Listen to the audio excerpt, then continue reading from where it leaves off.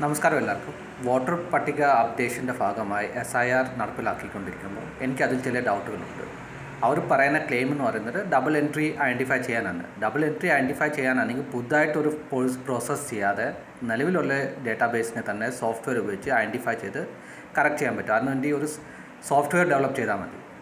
എന്ന് മാത്രമല്ല, cross verification local self ഗവൺമെൻറ്റിൻ്റെ സപ്പോർട്ടോടെ ക്രോസ് വെരിഫിക്കേഷൻ നടത്തി എല്ലാം ചെയ്യാൻ പറ്റും. എന്ന് മാത്രമല്ല, ഇതിൽ ബ്ലോക്ക് ചെയിൻ പോലെയുള്ള ടെക്നോളജി ഇൻ്റഗ്രേറ്റ് ചെയ്യുകയാണെങ്കിൽ കുറച്ചുകൂടെ ബെറ്റർ ആയിട്ട് ഇത് ചെയ്യാൻ പറ്റും. അതിൽ സുതാര്യത ഉണ്ടാവും, പ്രൈവറ്റ് ഡേറ്റകൾ സേഫ്റ്റി ഉറപ്പുവരുത്താൻ പറ്റും. അത് ചെയ്യാതെ മാനുവലി ഇത് ചെയ്യുകയും ഈ ഒരു പ്രോസസ്സിലെ ഇൻറ്റൻഷൻ വെറും ഒരു ഡബിൾ എൻട്രി ഐഡൻറ്റിഫിക്കേഷൻ ആണോ അതിനപ്പുറം മറ്റേതെങ്കിലും ഹിഡൻ അജൻഡാസുകളുണ്ടോ എന്ന് എനിക്ക് സംശയമുണ്ട്. അതുകൊണ്ട് തന്നെ ഞാൻ ഇതിന് ഇലക്ഷൻ കമ്മീഷണറിന് ഒരു നോട്ടീസ് അയക്കാൻ പോകുന്നുണ്ട്. നിങ്ങൾക്കും താല്പര്യമുണ്ടെങ്കിൽ നിങ്ങളുടെ ഇമെയിൽ ID താഴെ കമൻ്റായിട്ട് രേഖപ്പെടുത്തി കഴിഞ്ഞാൽ ഞാൻ അയക്കാൻ പോകുന്ന ഡോക്യുമെൻറ്റ് നിങ്ങൾക്ക് അയച്ച് ഷെയർ ചെയ്യാം.